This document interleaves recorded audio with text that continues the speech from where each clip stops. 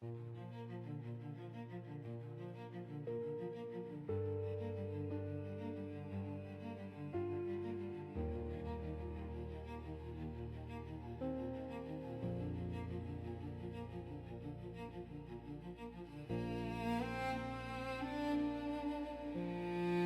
bâtissons, vous et moi, de grandioses forteresses pour nous abriter du vent nu de l'existence. Nos jours s'écoulent bien souvent dans une fuite silencieuse, à l'ombre de murailles faites de pierres lourdes de nos regrets passés, et couronnées par les mirages tremblants de nos anticipations. Nous nous barricadons ainsi car la lumière crue de la réalité telle qu'elle est véritablement nous emplit d'un secret effroi. Nous préférons le voile doux de nos chimères à la splendeur vertigineuse du monde. Je connais ce vertige, cette hésitation de l'âme devant le grand miroir du réel. Et je regarde cette fragilité en nous avec une infinie tendresse. Pourtant, c'est au cœur même de cette nudité que se trouve notre véritable demeure. Dans son œuvre saisissante intitulée « De l'autre côté du désespoir », le philosophe André Comte-Sponville nous offre la clé de ce royaume intime. En traduisant pour nous la voix d'un maître spirituel d'une rare profondeur, Swami Prajnanpad, il éclaire notre route d'une vérité tranchante. Ces mots s'élèvent ainsi. Prajnanpad ne promet pas le bonheur. Il propose quelque chose de plus difficile et de plus réel. La lucidité sans désespoir. La paix sans illusion. Il y a dans cet éclat une idée qui vient bousculer doucement tout ce que l'on nous a enseigné. Depuis toujours, on nous murmure que l'espoir est l'ancre qui sauve nos navires de la tempête. Mais je viens vous partager une vision à la fois plus dépouillée et plus vaste. Pour trouver la quiétude véritable, il ne faut point chercher l'espoir. Il faut avoir le courage sublime de le traverser, d'accepter de le laisser mourir entre nos mains ouvertes, afin de pouvoir enfin accoster sur l'autre rive de nous-mêmes, là où le réel palpite sans artifice. Je vous invite à marcher à mes côtés pour ce voyage de l'esprit. Ensemble, nous allons arpenter le pont suspendu où la sagesse antique de l'Inde embrasse la raison de l'Occident.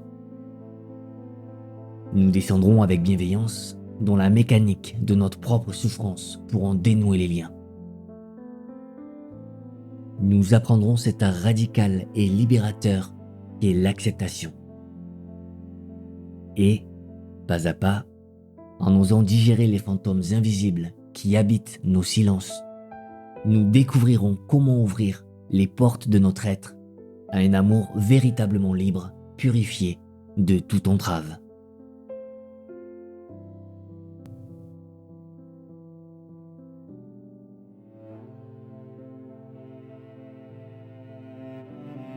Voyez-vous, les plus grandes révélations naissent souvent de la rencontre entre deux fleuves que tout semblait éloignés. Je vous invite à contempler, avec la tranquillité de celui qui regarde le jour se lever, le croisement majestueux de deux âmes, de deux horizons qui s'enlacent pour éclairer notre marche. D'un côté, sous le ciel immense et fertile du Bengale, a vécu Swami Prajnanpad. N'imaginez pas, je vous en prie, un de ces gourous lointains, drapés dans les brumes d'un mysticisme inaccessible. Voyez plutôt en lui un artisan patient, un clinicien d'une infinie douceur, penché sur les blessures intimes de notre condition humaine. Au cours de son passage sur cette terre de 1891 à 1974, il a puisé à deux sources profondes. Il portait en lui la sagesse millénaire de l'Advaita Vedanta, ce chant de l'Inde ancienne qui enseigne l'unité absolue de toutes choses. Mais il tenait aussi, telle une lanterne scrutant nos ténèbres intérieures, les outils rigoureux de la jeune psychanalyse freudienne. Il fut l'alchimiste rare qui maria le grand souffle de l'esprit à l'étude minutieuse de nos ombres. De l'autre côté, dont la clarté rationnelle de notre Occident, s'avance le philosophe André Comte-Sponville. Livrons cette œuvre en 1997. Voici un esprit français, frère de la matière, résolument matérialiste et athée. Il ne s'approche pas de cette sagesse orientale avec le genou ployé de la dévotion aveugle, mais avec le scalpel pur, exigeant et honnête de la raison. Ce qui se tisse entre ces deux hommes n'est pas un simple livre. C'est un dialogue par-delà le voile de la mort, un pont suspendu entre deux mondes. C'est l'instant fascinant où notre Occident cartésien découvre, avec un émerveillement silencieux, que l'Orient spirituel abrite une architecture logique aussi implacable et souveraine que la course des astres.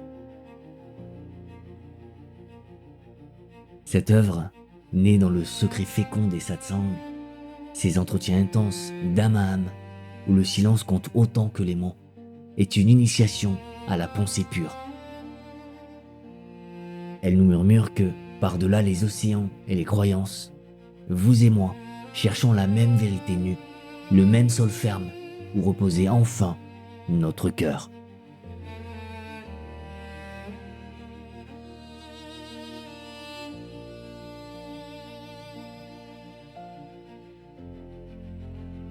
Je vous emmène à présent au cœur même du mystère que porte le titre de cette œuvre, de l'autre côté du désespoir. Il est un mot, choyé par nos cœurs depuis l'aube des temps, que nous élevons comme un sanctuaire face au vent mauvais. L'espoir. On nous a enseigné à le chérir, à le nourrir comme un feu sacré au creux de nos nuits. Mais prêtez l'oreille à la voix subtile qui s'élève de ces pages, car elle vient dénouer doucement, avec une tendre exigence, l'une de nos croyances les plus vénérées.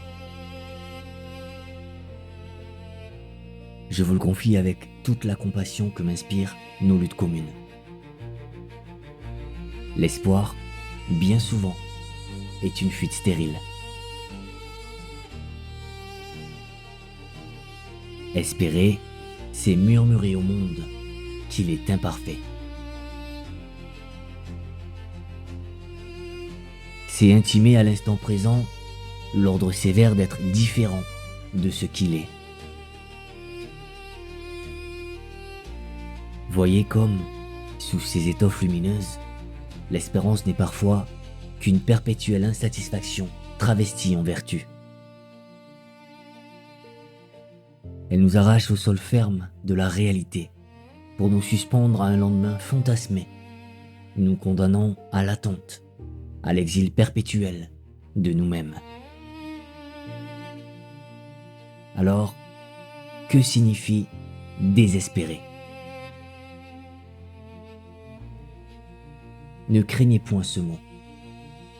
Ne voyez pas dans le désespoir dont nous parlons ici une tristesse clinique, ni un gouffre sombre où l'âme se noierait. Non, ce désespoir est d'une toute autre nature. Il est une clarification aveuglante, un grand vent pur qui balaie les brumes de l'illusion. Il est ce moment d'une grâce absolue, ce moment précis et sacré où l'on cesse enfin de marchander avec la réalité. C'est l'instant où nos poings se desserrent. Écoutez comment André Comte-Sponville sculpte cette révélation avec la justesse de celui qui a contemplé l'abîme. Il faut désespérer de l'espoir avant d'atteindre la paix. L'espoir est encore un refus du réel. Il dit que les choses devraient être autres qu'elles sont.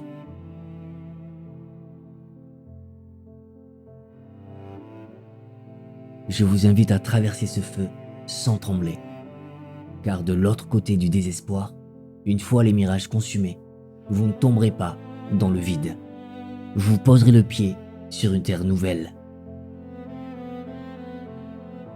Une paix s'y déploie, peut-être plus froide au premier regard, mais d'une solidité inébranlable, dépouillée des ornements trompeurs.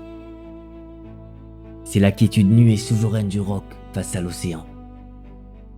En cet état de clarté parfaite, vous rejoignez la majesté des antiques sagesses du stoïcisme.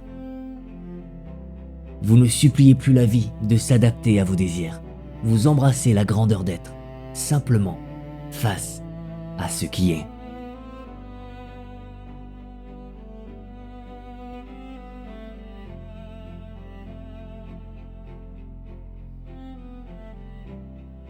Avancez avec moi, je vous prie, un peu plus profondément dans la forêt de nos tourments intimes.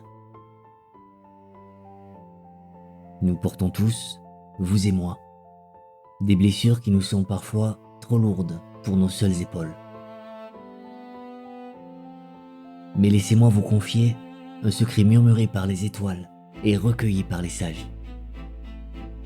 D'où naît véritablement notre déchirure?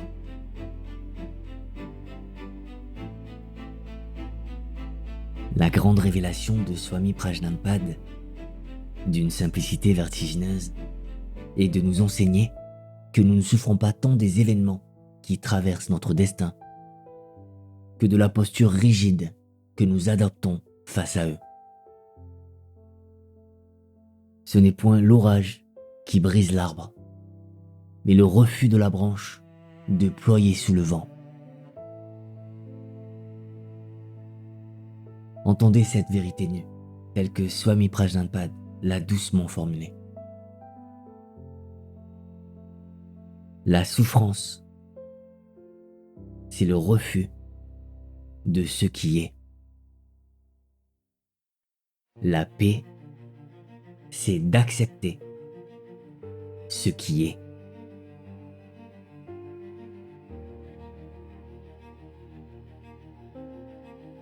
Comment naît ce refus en nous? Il prend racine dans ce que nous nommons l'ego. Je ne parle pas ici de la simple vanité des hommes, ni de la conscience de soi qui nous fait dire je. Non, l'ego dont je vous parle est d'une nature bien plus subtile, bien plus tragique. Il est, avant toute chose, un principe de séparation. C'est une frontière illusoire, un mur de brume que nous bâtissons, instant après instant, entre notre frêle existence et la danse immense du cosmos. L'ego est cette vague solitaire et tremblante qui, oubliant son origine, se croit soudain séparée et exilée de l'océan.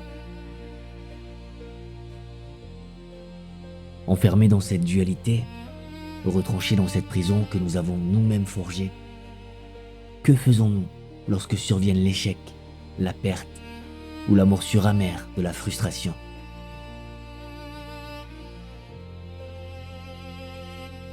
Nous nous asseyons sur le seuil de notre chagrin et nous dressons un grand non silencieux. Nous opposons notre fragile volonté à la marche majestueuse de l'univers. Ce non est une crispation de l'âme, un point fermé qui frappe indéfiniment contre le roc impassible de la réalité.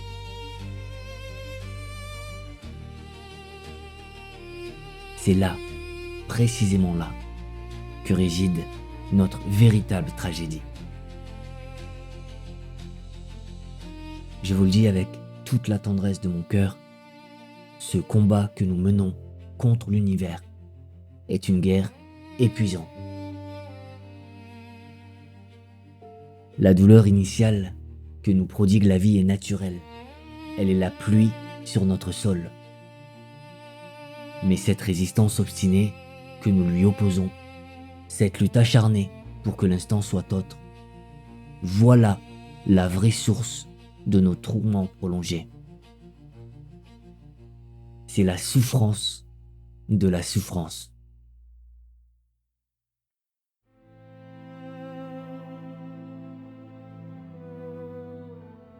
En relâchant ce point, en cessant de retenir ce qui s'écoule, nous ne fuyons pas la douleur originelle, mais nous lui retirons son venin cruel, pour enfin faire un avec le grand souffle du monde.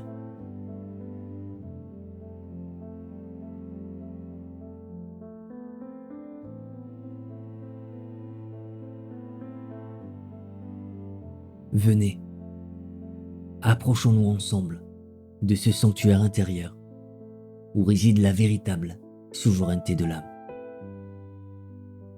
Dans son enseignement, Swami Prajnanpad utilisait souvent un mot de la langue anglaise pour désigner cette porte étroite. Acceptance. L'acceptation. Mais je vous en prie, écoutez avec moi le chant profond de ce mot, car il a été si souvent trahi par nos peurs. L'acceptation dont je vous parle n'a rien à voir avec une résignation morbide.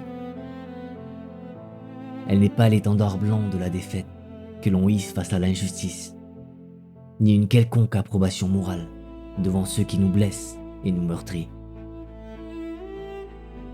Non, c'est une posture ontologique de l'être tout entier.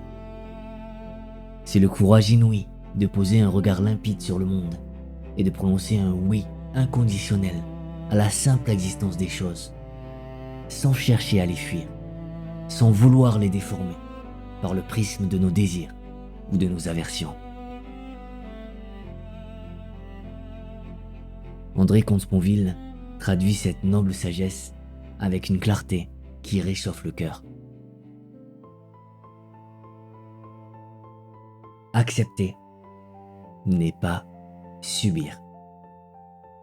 C'est cesser de se battre contre ce qui est pour pouvoir enfin agir dans le réel.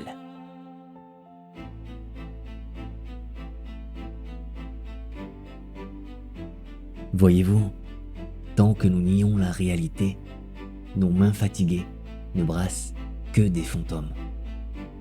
C'est seulement en épousant la forme exacte de ce qui est que nous retrouvons notre véritable pouvoir sur la matière et sur nos vies.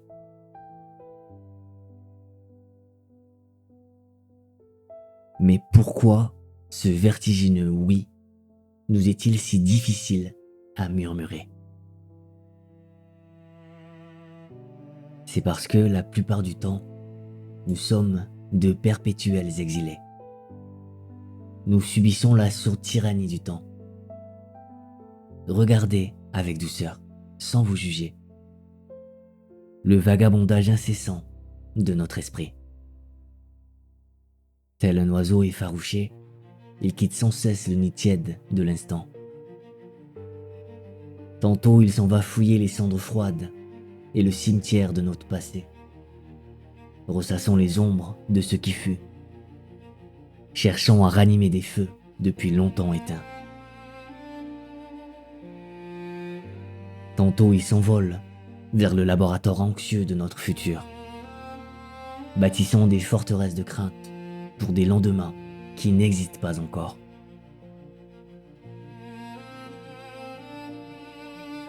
C'est dans ce déracinement continuel que naît notre plus grand épuisement. Prêtez l'oreille à ces paroles de Swami Prajnanpad, qui résonnent comme un gong sacré dans le silence de nos nuits. Tout ce qui existe, existe maintenant. Le passé n'existe plus. Le futur n'existe pas encore. Il n'y a que le présent. Et nous passons notre vie à ne pas y être.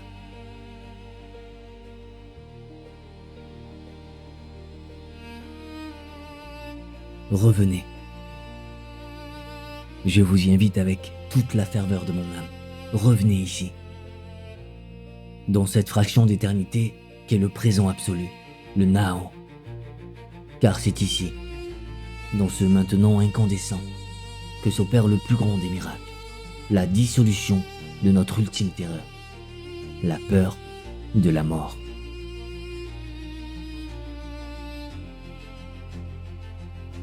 Si ce moi séparé, pour lequel nous tremblons tant, n'est qu'une illusion de l'esprit, le mirage que les sages de l'Inde nomment Maya, et si seul l'instant présent possède l'épaisseur du réel, alors que devient notre angoisse? La mort appartient à un futur qui, par essence, n'est pas. Avoir peur de mourir, ce n'est au fond que l'anticipation fiévreuse d'un temps irréel. En vous ancrant pleinement dans la souveraineté de ce qui est ici et maintenant, la peur de la fin s'évapore comme la brume sous l'éclat du matin. Il ne reste alors que la plénitude de la vie présente, vaste, vibrante et purifiée de son horizon funeste.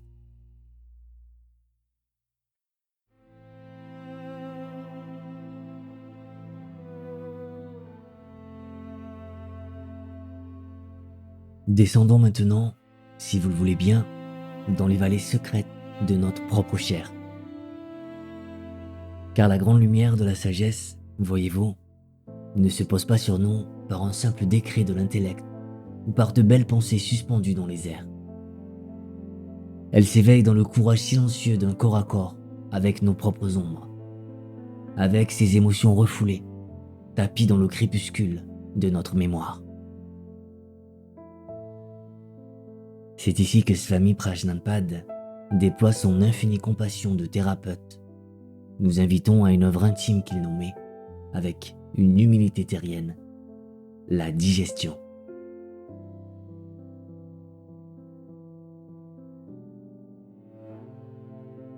Je vous invite à regarder l'enfant que vous fûtes avec la plus grande des tendresses.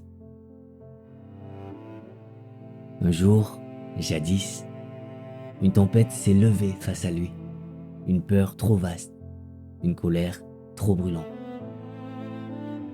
un chagrin bien trop lourd pour la fragilité de son innocence. Pour ne pas être brisé par ce vertige, l'enfant a dû fermer les portes de son être. Il a ravalé la foudre, il a enfoui l'orage.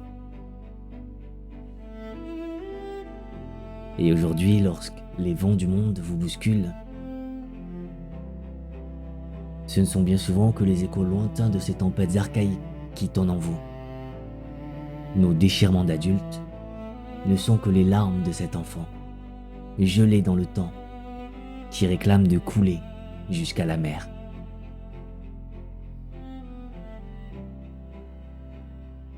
Écoutez la vérité limpide que nous livre Swami Prajnanpad.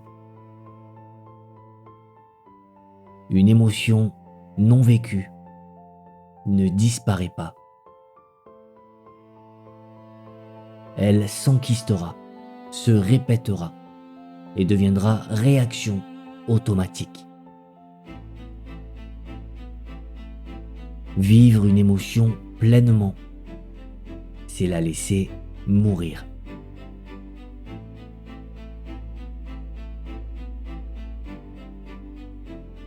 Je vous convie à accueillir ces ombres, à les ressentir sans chercher à les fuir, à les laisser vous traverser pour les digérer enfin.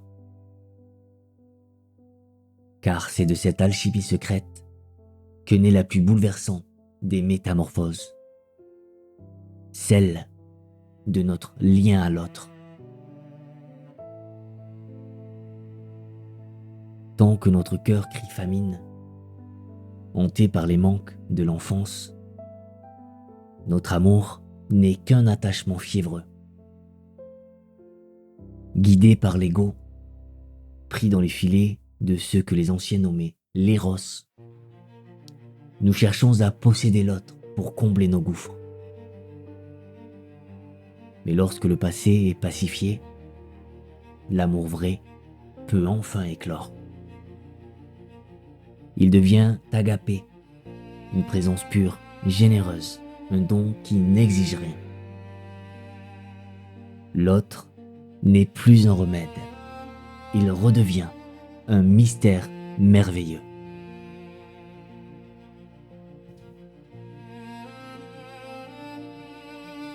Recevez ce murmure de Swami Prajnampad comme une clé vers votre propre libération. L'amour vrai n'est pas un besoin. Celui qui a besoin de l'autre ne l'aime pas encore vraiment. Il s'en sert.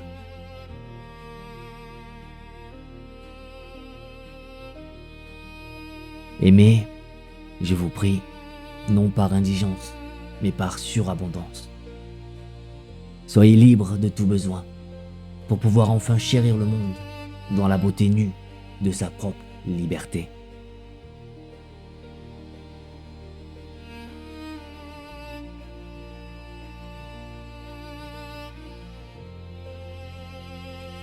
Nous voici parvenus, vous et moi, au terme de notre traversée, à la lisière d'un grand silence. Ensemble, nous avons osé abandonner le doux poison de l'espoir pour poser nos pieds nus sur la terre ferme et sacrée du présent. Nous avons contemplé la dissolution de cette forteresse que l'on nomme l'ego. Et nous avons accueilli la brûlure purificatrice de nos émotions oubliées pour en libérer la clarté. Comprenez-le avec le cœur. L'œuvre d'André Comte-Sponville n'est nullement un manuel éphémère pour consoler les chagrins du siècle. Elle s'élève tel un pont majestueux, tendu avec grâce entre les cimes des philosophies millénaires et la vallée de notre modernité laïque. Elle nous offre un héritage inestimable, nous prouvant que le non-dualisme n'est pas un vertige mystique réservé aux ascètes lointains. Non, cette unité absolue se respire ici, au creux même de la banalité de nos jours, dans la simplicité nue de nos matins ordinaires. À l'instant où nos voix vont se séparer, je vous confie une douce invitation pour la journée qui s'ouvre devant vous. Prêtez attention au mouvement secret de votre âme. À quel moment précis allez-vous, aujourd'hui, murmurer un nom stérile à ce qui est? Face à l'imprévu, face à la fatigue ou au vent contraire,